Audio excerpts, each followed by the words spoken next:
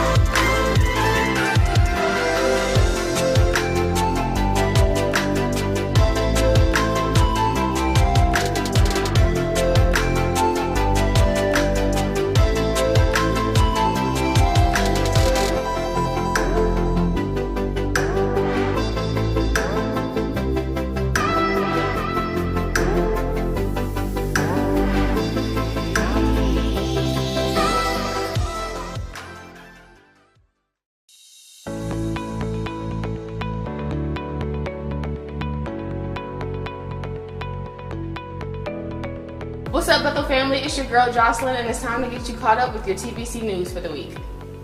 Pray with us at 7:14 every day this week, Monday through Friday. I know last week we took a look at what made Bishop change this declaration, but let's just take a look one last time. 2 Chronicles 7:14, if my people who are called by my name will humble themselves, seek my face, turn from their wicked ways, and pray, then I will hear from heaven. And the Lord put in my spirit 7:14 declaration. And I want you to hear me. Beginning tomorrow morning, twice a day, we're going to go into prayer at 7:14 a.m. and 7:14 p.m. Text TBC Gifted if you'd like to become one of our partners in the Gifted Hands Ministry.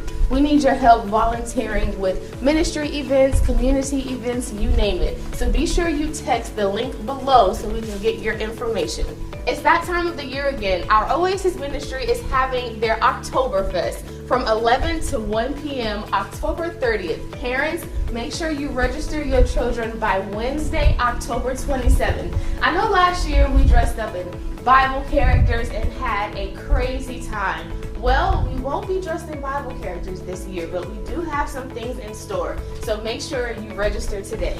Follow us on our social media throughout the week and make sure you turn your notifications on. We have some big things coming up and we don't want you to miss. So we're about to go into church now, so we need you to start your watch parties, tag, text, and tell somebody that the Bethel experience has begun.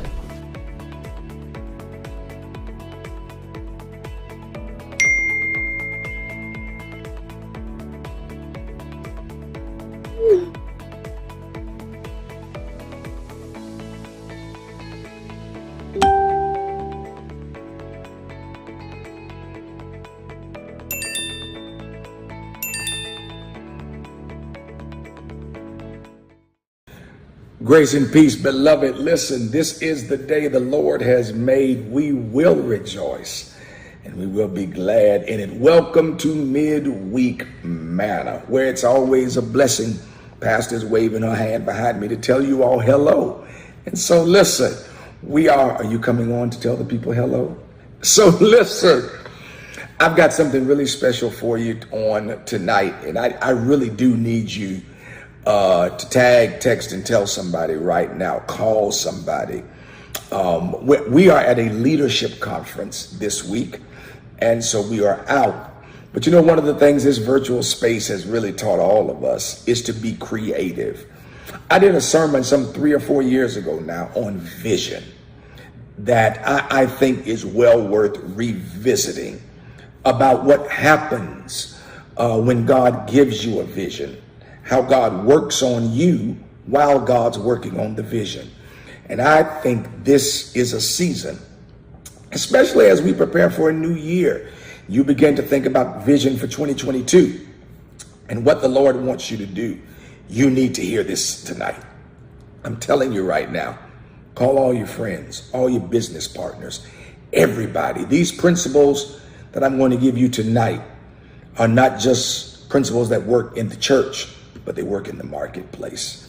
Hey, don't forget your giving.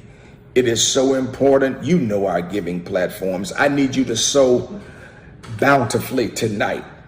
You sow tonight because God has said that in his word and we're obedient. But we also know that the sowing of seed releases the hand of blessings. So I want you to sow tonight, and I hope you and your family are in prayer about the honor seed that we are going to be sowing on the first Sunday in November. I hope you're being prayerful about it, not conversational, but prayerful. That one day, I believe, is going to unleash something powerfully supernatural on our behalf and on your behalf. So let's get into this word, man, on vision. I know it's going to bless you. Genesis 41:41. So Pharaoh said to Joseph, I hereby put you in charge of the entire land of Egypt. You may be seated.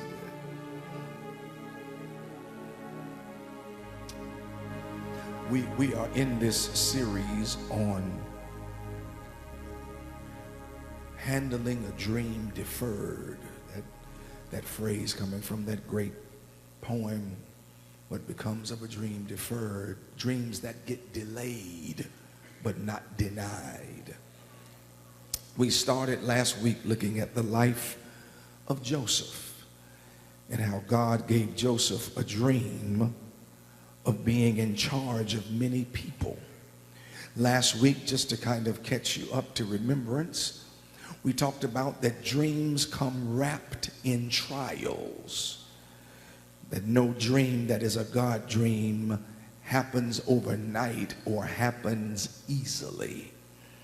That dreams come wrapped in struggles.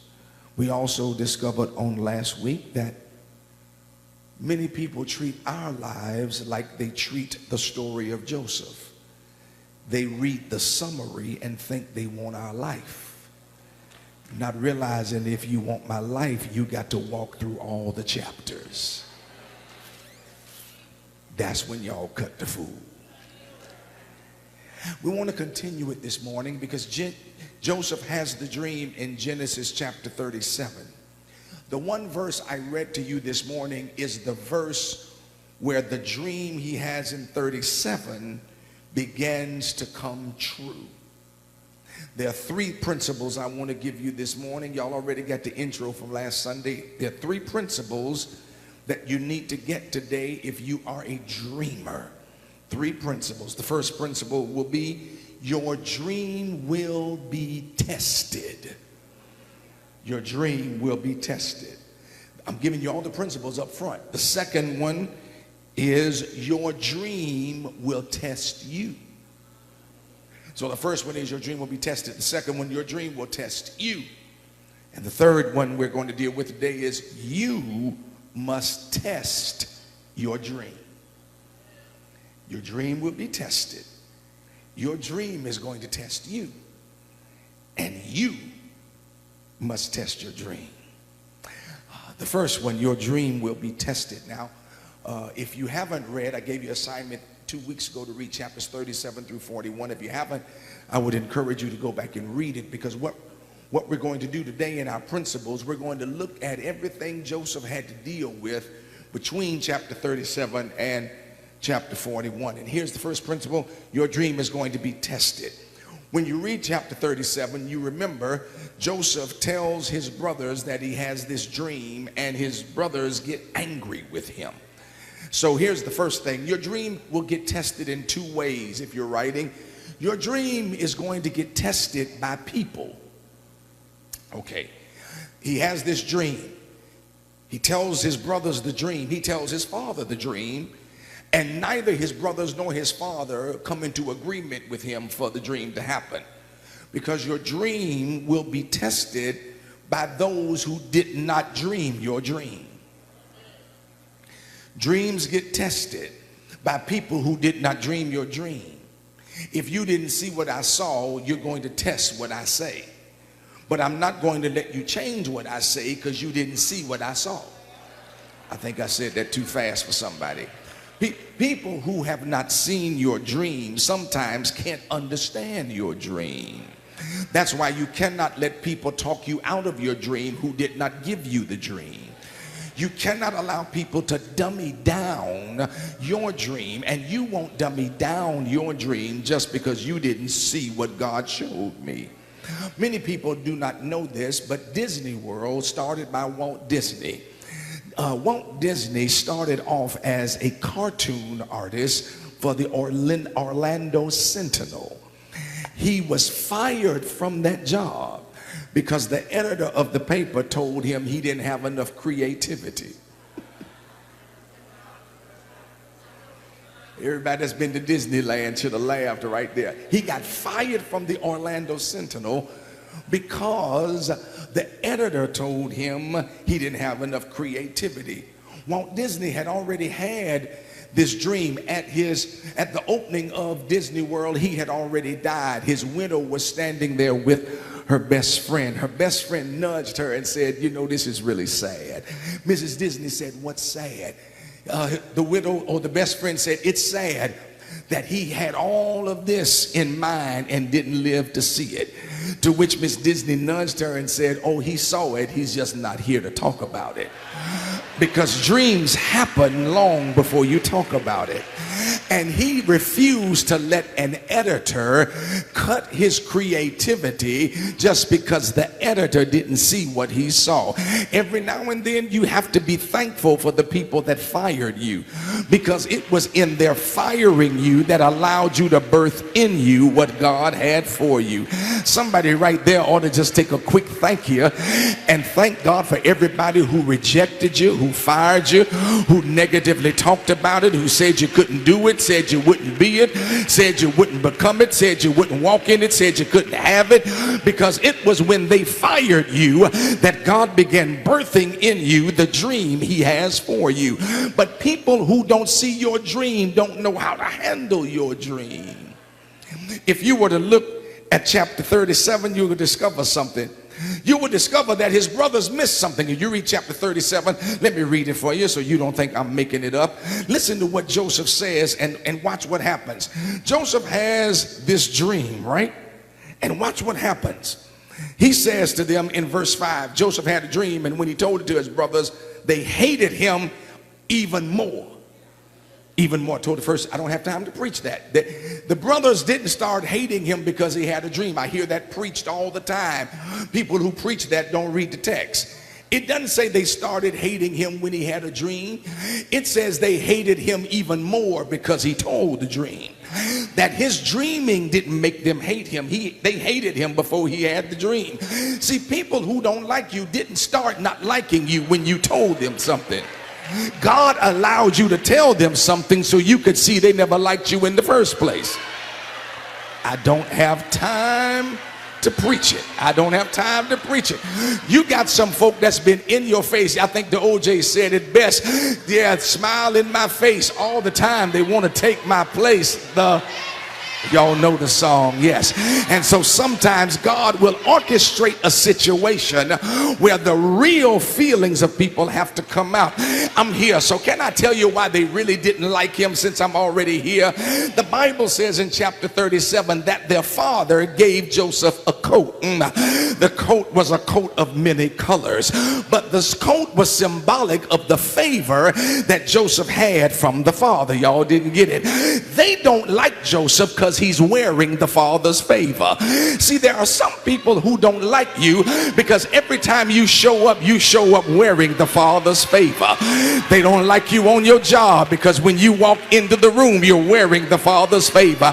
They can't stand you in church because when you come to church, they see you wearing the father's favor. But I've got news for you. I'm not going to take off my robe just because you can't handle my favor. Because favor may not be fair, but I sure plan to walk in it. Y'all sit down. Y'all sit down. Y'all sit down. They hated him even more. Y'all gonna let me not get to the point. Watch it now.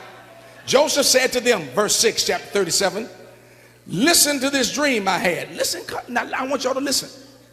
We were binding sheaves of grain in the field when suddenly mine rose stood upright. Yours gathered around mine and bowed to it. His brother said to him, who you think you are? That's McKissick translation.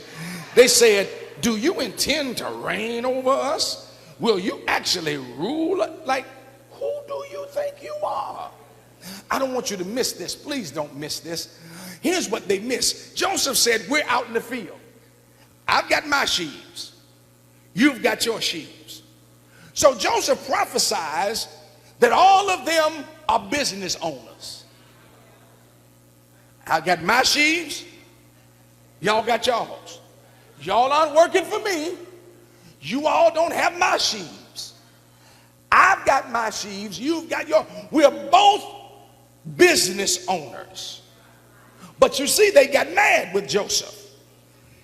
The dream prophesied prosperity even for the brothers.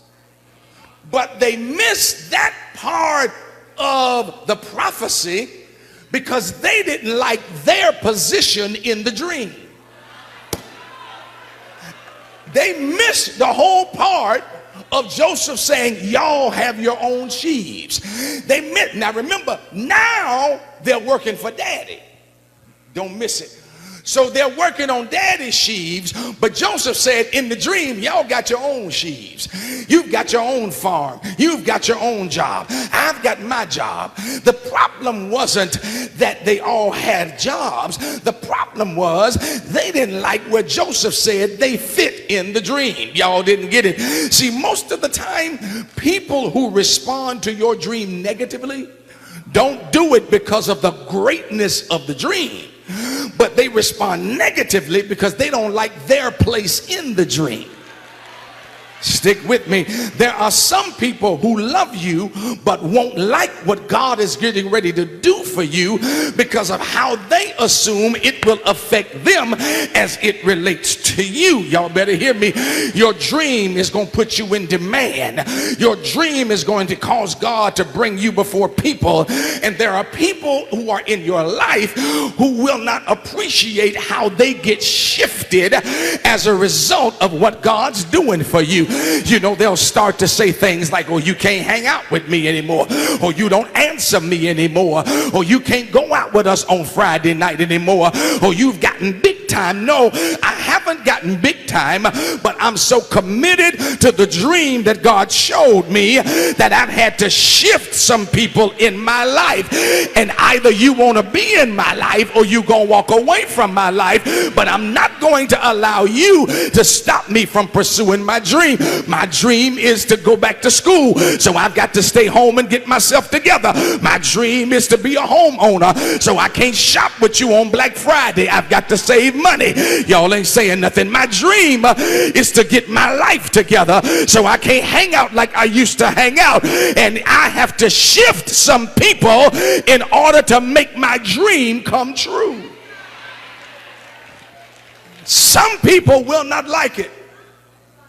That's why you have to be careful who you share your dream with,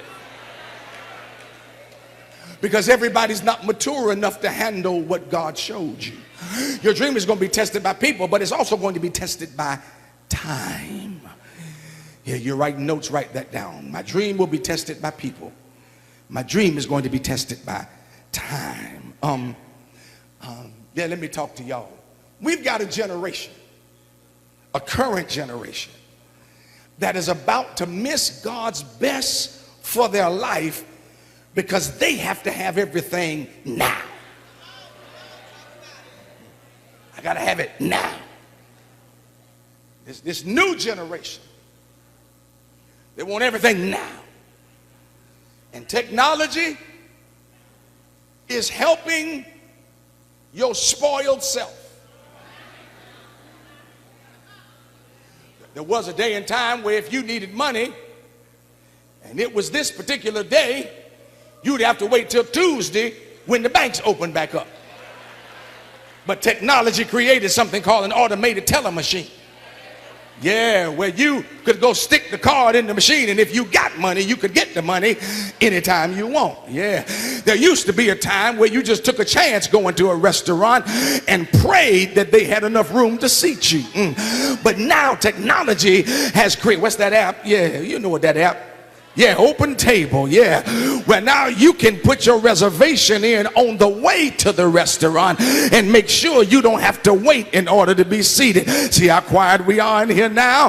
There used to be a time where you called somebody and the phone just rang and rang and rang, and you didn't know if they were home or if they just didn't feel like answering the phone. And there was no way for you to let them know that it was you on the other line. But child, now they created a voicemail.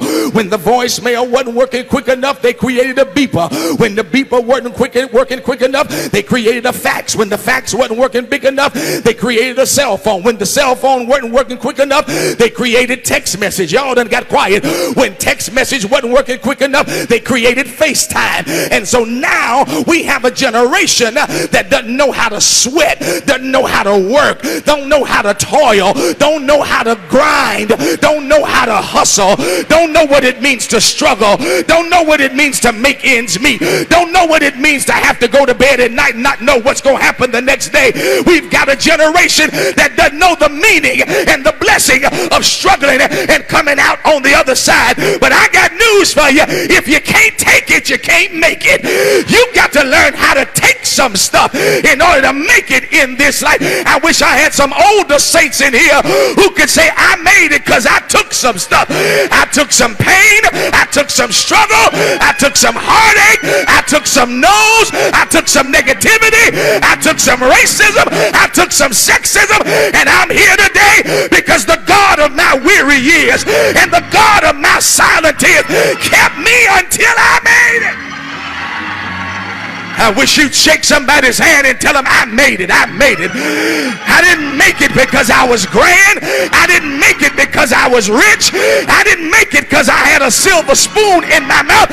I made it because I took some things through many dangers, toils, and I have already come. Somebody ought to give God a I made it shout. Somebody else ought to give God a I took it shout. If I could give this mic to that 101-year-old veteran, he would stand up here and tell y'all, you can't get to be 101 without taking some stuff. And some of us in here can't take hell for one day. You got to learn how to stand up and say, I'm gonna take it because I plan to make it.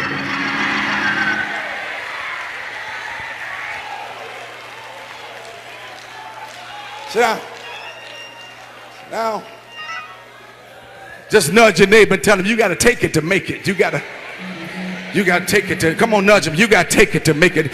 That's what you need to start telling your children. You got to take it to make it. I ain't just going to give you everything. I'm not just going to put money in your bank. I'm not just going to buy you everything you need. I'm not going to run up to your school every time you don't like how the teacher talked to you. I'm not going to run up to the school every time you don't like the grade your teacher gave you.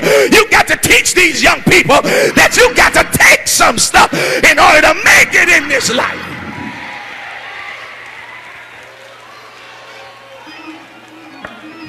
Sit down. Sit down. So, Joseph is shown the dream in chapter 37. It is not until chapter 41, verse 41, the verse that I read to you, where the dream he saw starts to come true. He's shown the dream. What chapter? I'm just trying to see if y'all were listening. And the dream doesn't start to come true till chapter 41, verse 41. Because here's how dreams get tested by time. The season of announcement is hardly ever also the season of fulfillment. Write that down.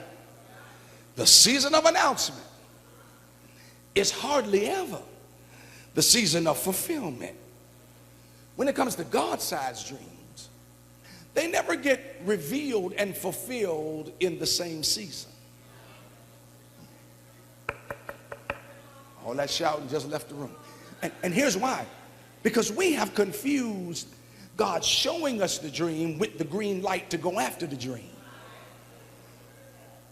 And sometimes God showing it to you is not always the mandate for immediacy.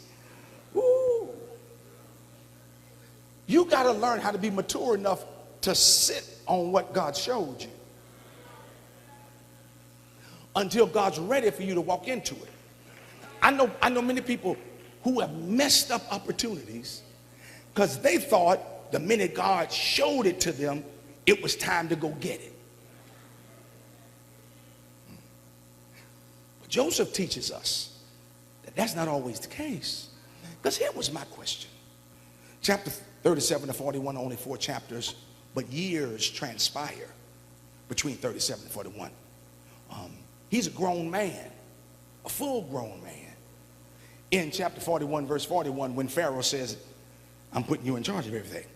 He was only 17 in chapter 37 when the Lord showed him the dream. It's only 17. My question was, why would God show the dream to Joseph at 17, knowing he'd be close to 30 before he walked in it? You know, why would God show me something and then not let me do it when he shows it to me? Perhaps it was God showing Joseph the end at the beginning, because God needed Joseph to remember the end at the beginning for when he got to the middle. Okay, I said it too fast. Come back. I said it too fast.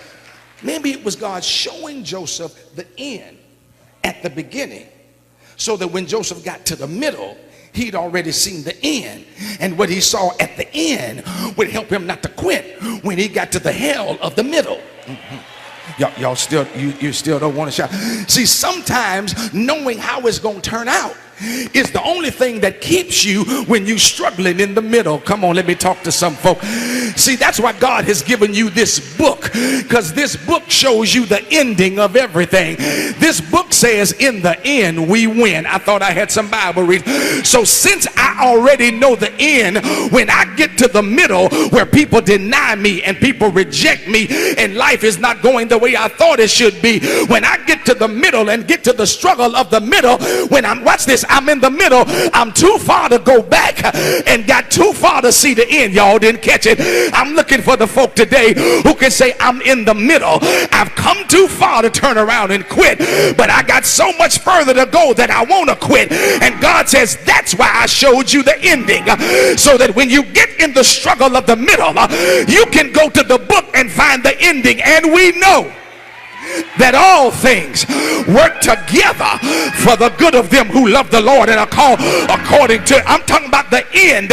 In the end, we know, yes, let God arise, let his enemies be scattered. Shake 3 people's hand and tell them you already got the ending, so don't get stuck in the middle. That was the wrong neighbor. Turn to somebody else and tell them God showed you the ending, so don't you quit in the middle.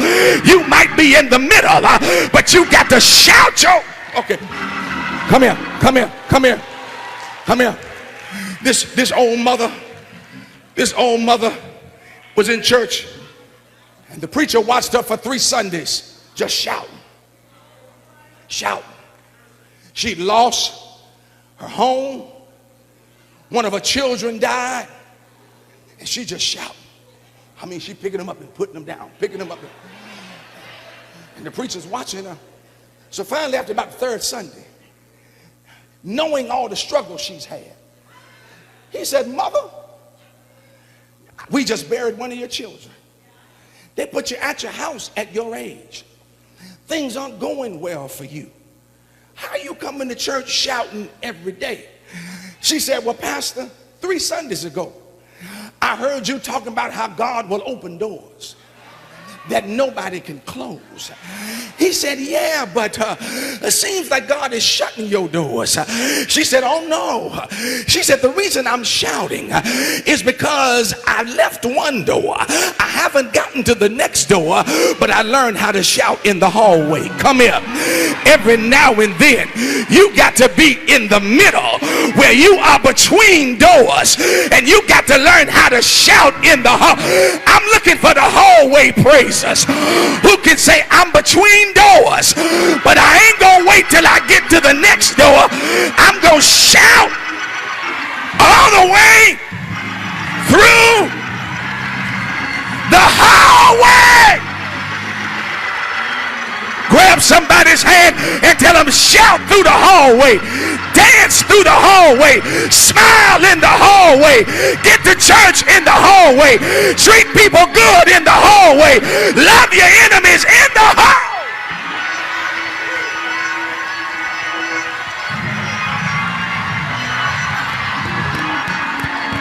I wish I had somebody that could take about a 35-second praise break and give God a good praise in the middle of the hall.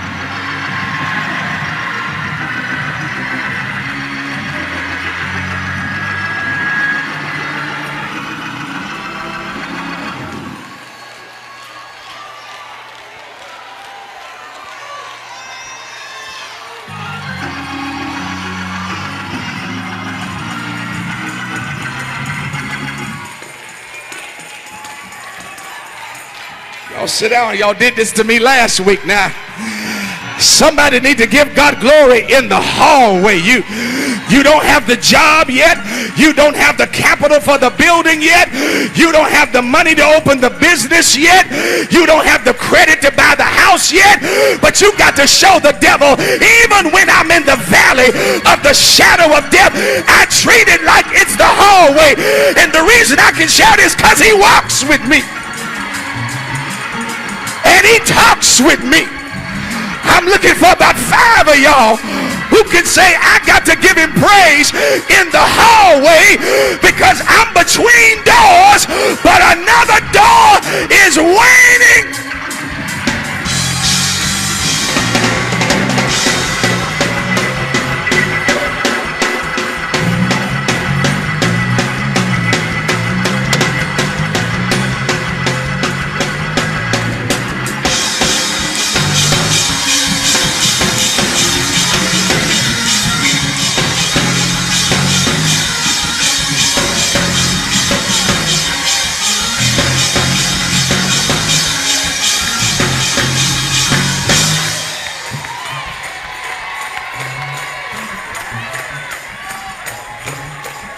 Excuse me. Somebody say, where he going? Ask your neighbor, where he going? I'm going to the hallway.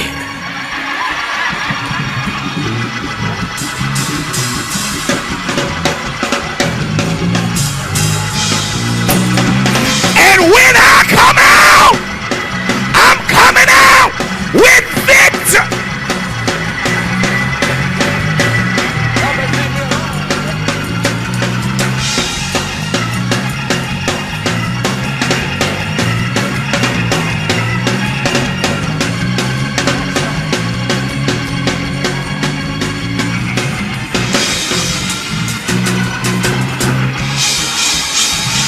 See, you can't dance in one place. You got to move because you're going from one door to the next.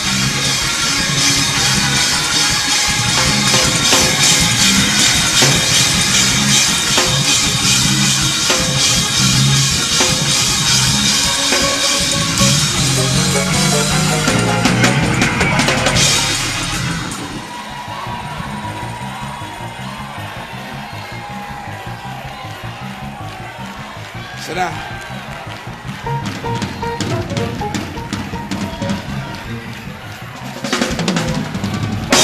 You may be seated.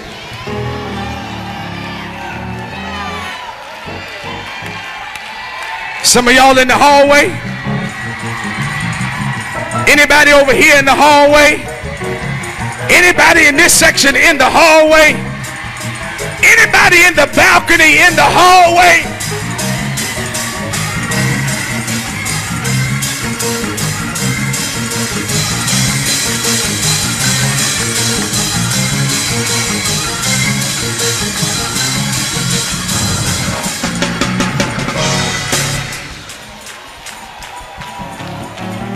Your dream is going to get tested by time. You just got to learn how to shout your way through the hallway when you're in the middle of your struggle. Let me tell you the second one real quick. Yeah, I'm gonna give it to you. Secondly, your dream is going to test you. Look at somebody, tell them, getting ready to get tested. Because if you look at everything Joseph's been through, don't worry, y'all gonna shout again. If you look at everything Joseph's been through, nothing that has happened to Joseph makes it look like he's got a dream. Nothing. Nothing. From 37 to 41, everything that happened to him looked like it wasn't no dream.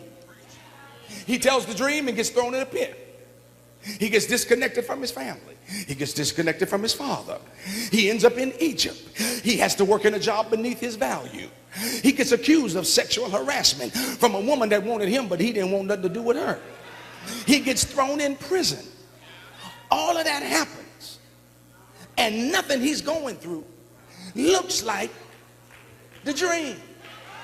I want to talk to somebody before you shout again, who can say, I know what God showed me, but everything I'm seeing doesn't look like the dream is going to come true.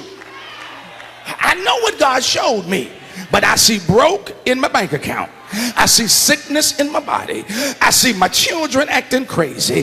Nothing I'm seeing matches what God showed me. Here it is. If you read chapters 37 through 41, there is this one phrase that is interwoven within the fabric of every chapter. And that phrase is, and the Lord was with Joseph. Oh, here comes round two. And the Lord was with Joseph. I already know what some of y'all are saying. How could the Lord have been with Joseph if all of this bad stuff is happening to him? How could you declare the Lord is with Joseph when he's thrown in a pit, disconnected from his family, left to die, sold into slavery, accused falsely of sexual harassment? Nothing he's gone through looks like the Lord is with him. And I know some of you right now, you're in church and you're saying, I get so sick and tired of all that shouting and praising, and I get so sick and tired of the preacher always talking about the Lord is in control, because everything in my life is suggesting to me that the Lord is not with me. How can the Lord be with me and I can't pay my bills? How can the Lord be with me and my marriage is in trouble? How can the Lord be with me and my children won't act like what I raised them to act like? How can the Lord be with me and my family's walked away from me? How can the Lord be with me and I can't get my business off the job ground? How can the Lord be with me and I can't seem to get back in school? Preacher, nothing in my life is suggesting that the Lord is with me. Here's what you miss. You're looking at how bad it was for Joseph. Here's what you're missing. Every time, read it when you get a chance. Every time something bad happened to Joseph, the writer would put in there parenthetically, and the Lord was with Joseph. It was as if the writer was trying to say to us, you think it's bad? You don't know how bad it would have been if the Lord had not been with y'all. Didn't get it.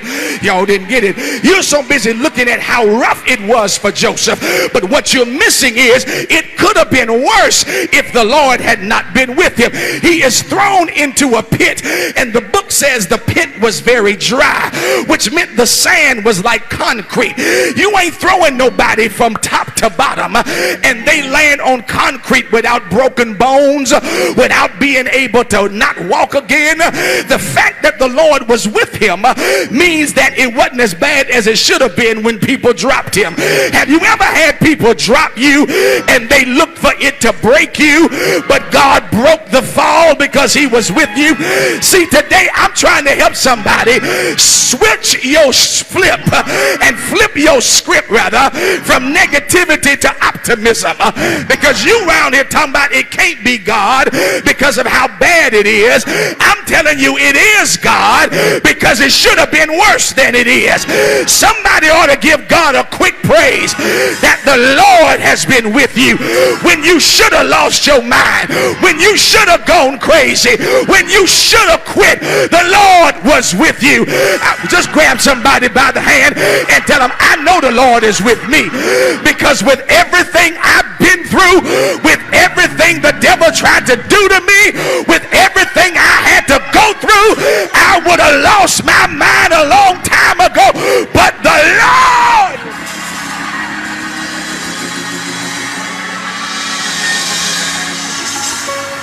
Come on, grab somebody by the hand. Tell them the Lord is with you. I don't care what it looks like. I don't care how rough it is. I don't care what a struggle it is. The Lord is with you.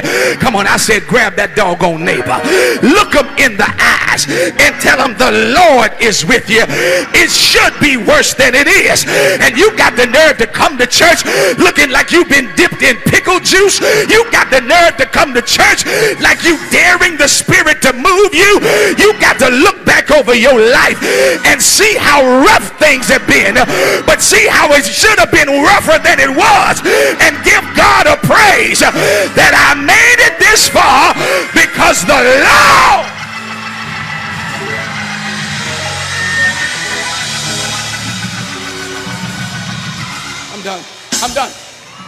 I'm done.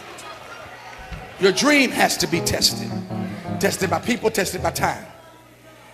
Your dream is going to test you. It's going to test your maturity, your character, your endurance, your faith. Do you have enough conviction to say the Lord is with me even when I don't feel it? Do you have enough conviction to say the Lord is with me even when I don't see it? Can you walk away from bad news saying, Lord, I don't know how you're going to fix this, but I know you're going to fix it because you are. Here's the last one. You got to test your dream. What do you mean by that?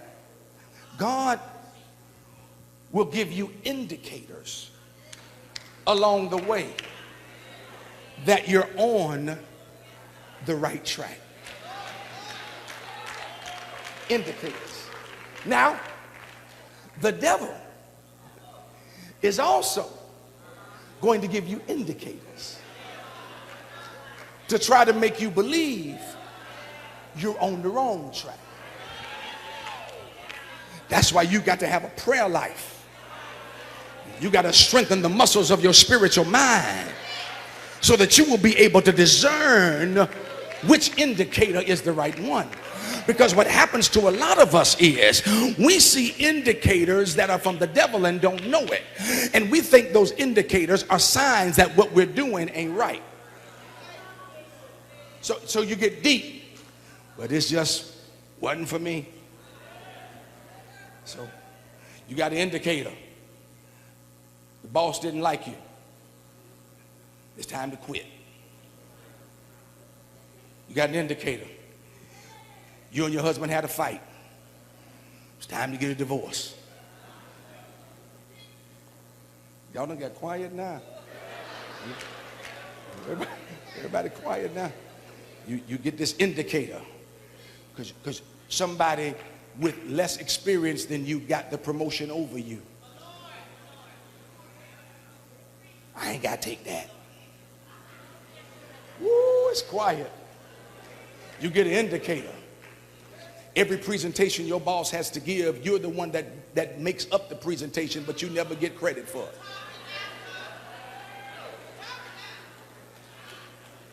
That must be an indication that it's time for me to get off this job.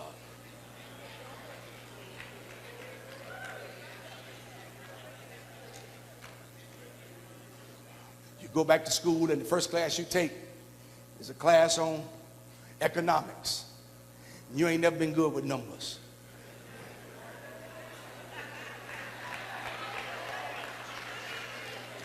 First test, you get a barely D+.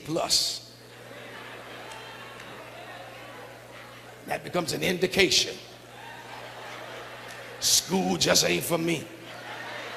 I just too old for all of this now. Oh, it's quiet. You go to the bank you bank at to get a loan for the business, and they turn you down. This is an indication. This must not be what God wants me to do. You haven't realized that the enemy sends indications. And he wants you to think they're godly indications, because he doesn't want you to walk into what God has prepared for you. You've got to look at godly indications and see where God is still working in the midst of your situation. Now you on your 5th job in 2019, when the first job was the one God had you on to get you ready, but because you let the enemy talk you out of it, you 5 jobs away from where you were supposed to be.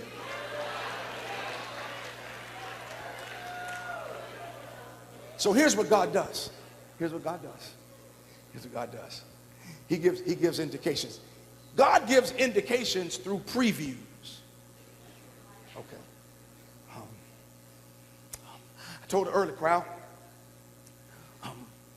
my favorite dessert from my mother is, how old am I? 54? How old am I? Am I 54 or 55? I'm 54, right? Don't judge me.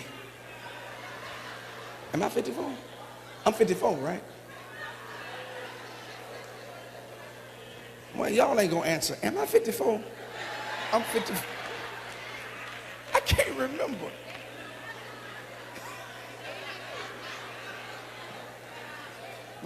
My favorite, see, we moved out of this parsonage when I was 15. So my favorite dessert that my mother fixes, she ain't made in 40 years. It's a homemade, from scratch, lemon meringue pie. Not that Piccadilly stuff. No, it's from scratch. And I can remember as a little boy when we lived right here in the parsonage, my mom would make that lemon meringue in a little pot. She'd stir it all up. And Mama would leave a little bit in the pot for me to eat. Yeah, you remember that, don't you? Yeah, she'd leave a little bit in the pot. And that lemon meringue tasted so good. But the pie wasn't going to be ready for about another hour and a half. And I could run, because my bedroom was upstairs. It was a 4-level house, parsonage, baddest house I ever lived in, 4-level parsonage. And I would run down the stairs to the kitchen, and it wasn't ready.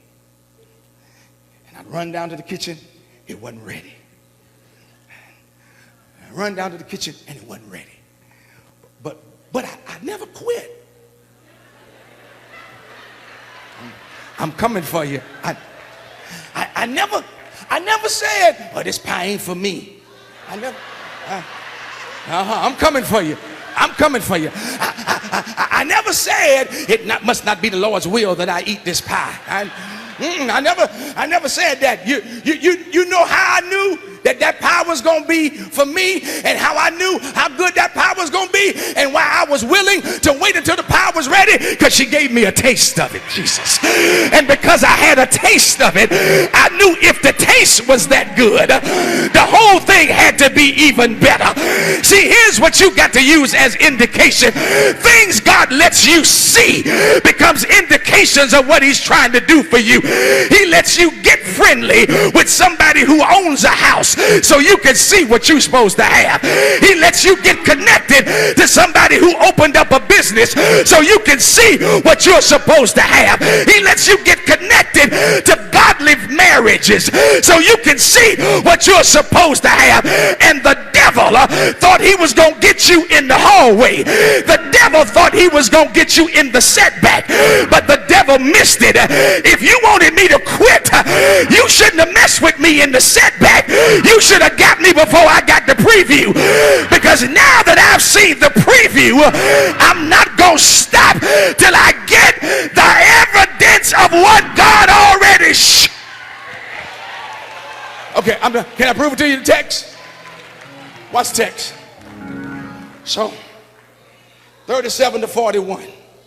Watch what happens, 37 to 41 chapters. Joseph goes to the pit. He goes from the pit to the palace. From the palace to the prison. From the prison back to the palace. Y'all didn't get it. He goes from the pit to the palace. From the palace to the prison. From the prison back to the palace. Come in. Short bus pulling up in a minute because y'all not getting it. From the pit to the palace. From the palace to the prison. Somebody say setback. From the prison back to the palace. From the pit to the palace. But from the palace to the prison. Somebody say setback. But from the prison back to the palace. Y'all didn't get it yet. Joseph said, I can't get comfortable in the prison because I've already been in the palace. And I know the palace matches what God showed me.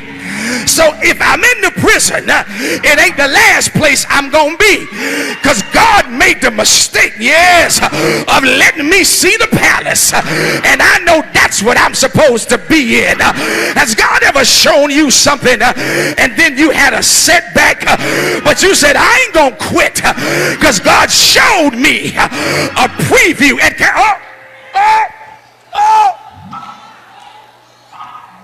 and here's what you don't realize. The setback was necessary for the comeback.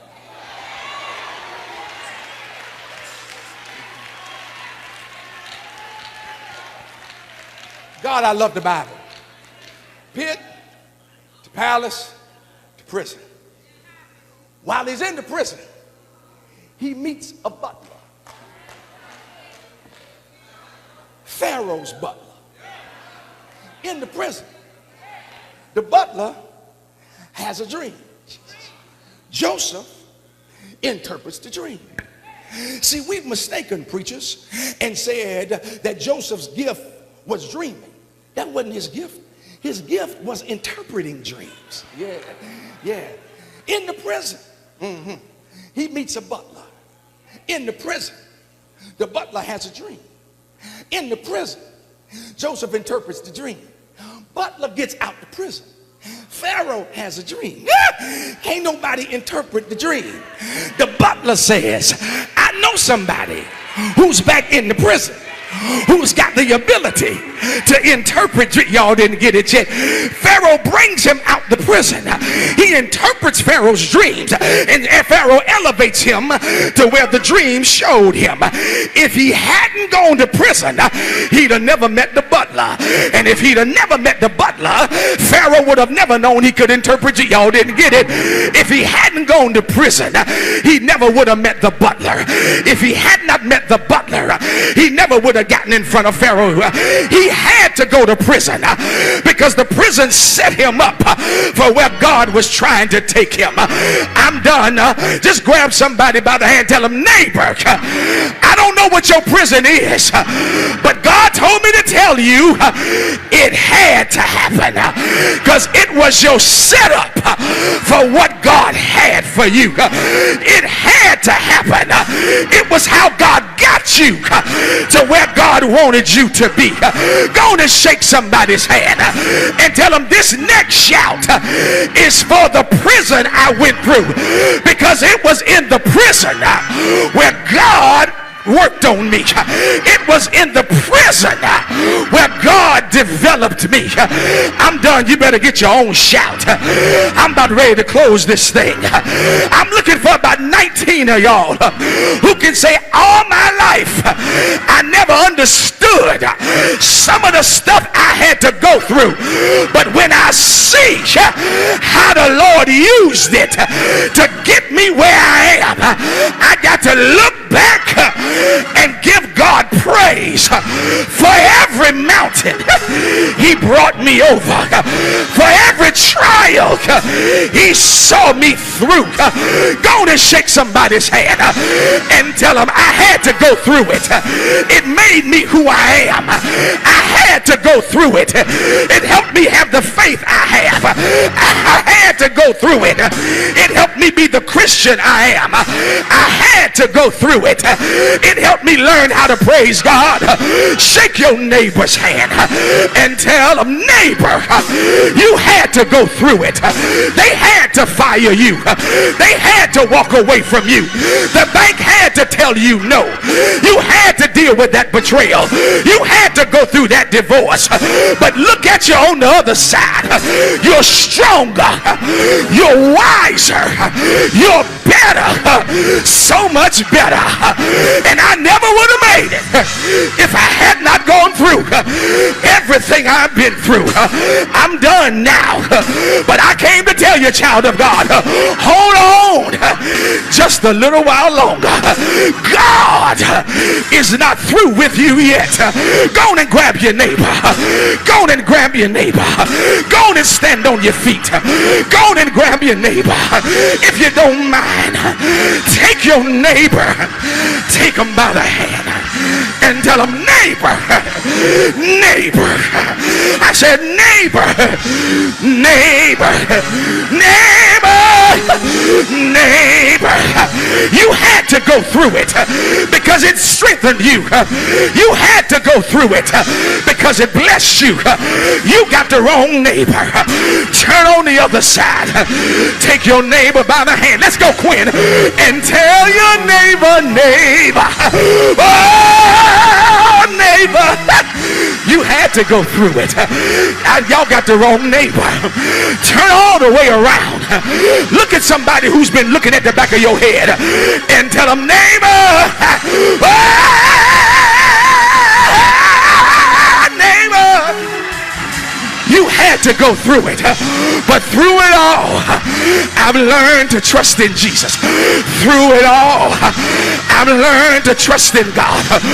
Through it all, I've learned to depend upon His word.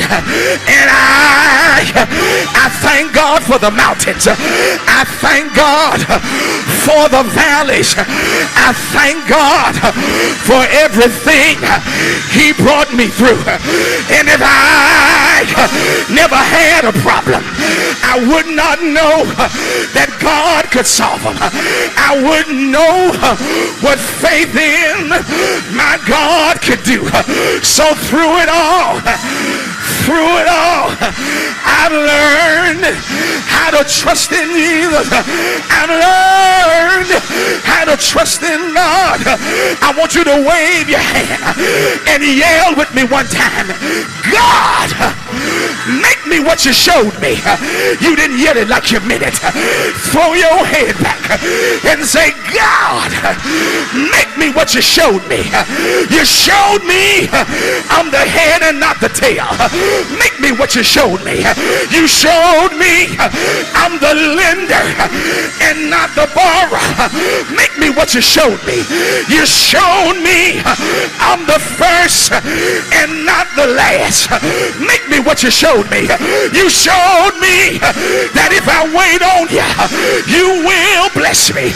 Make me what you showed me. Do it one more time. Throw your head back and say, God, make me what you showed me. Make me what you showed me. Make me and mold me.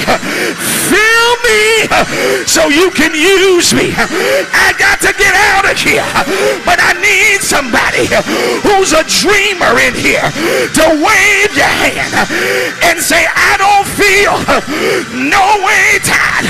I've come too far from where I started. Nobody told me the road would be easy. I don't believe he brought me this far just to leave me. I don't believe he brought me this far not to make it come true. I don't believe he brought me this far to drop me. So I will wait on the Lord. I will wait on my miracle, because if you wait on the Lord, be of good courage. He shall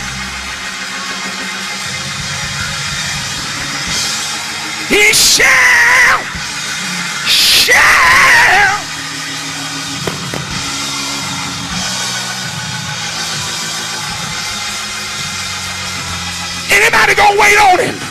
Anybody gonna wait on him? Anybody gonna hold on?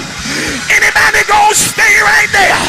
Because the vision shall come to pass.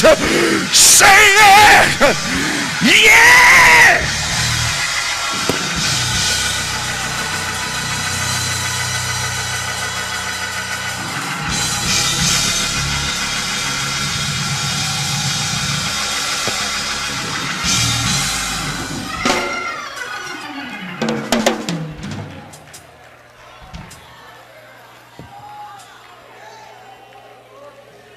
God has shown you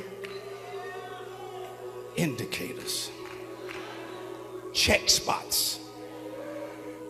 You see, I'm still breathing, indicator. Still in my right mind, indicator.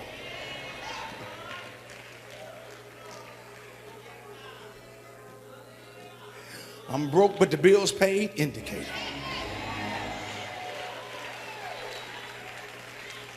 Some bills ain't paid, but I'm floating them, indicator.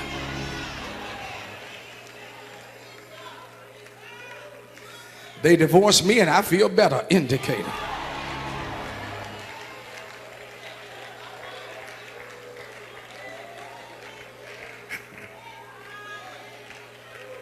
And you want to quit?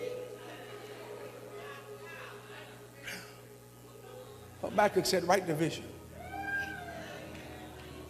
And though it tarry, wait on it. Sheesh. Even if I'm in the hallway, though it tarry, wait on it. I know some of you are tired. I've had seasons of tired. I was just like, come on, God. It ain't supposed to be this hard. God said, yeah, but if I didn't make it that hard, you wouldn't preach like you preach. See, I used to preach because I was just a great homiletician. I knew how to put together a sermon. I teach preachers all across the country. I could put together a sermon. I even knew how to fake the drama in the sermon. I've been around it all my life. Been around preaching all my life. But it wasn't until I went through some stuff.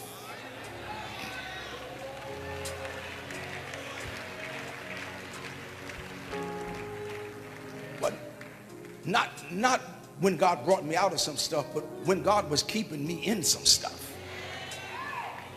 That's when it got real to me. Though it tarry, God has shown you is go back to school. That might not mean register for January. That might mean start getting your mental self together. God showed you a business. That don't mean go to the bank Tuesday. It could, but it didn't always mean that. You go Tuesday and the bank tells you no. That doesn't mean it's over. That doesn't mean it's over. Because my convictions are not at the submission of anybody else's opinion. So if y'all tell me no, that don't mean it ain't for me. That just means God isn't going to use you.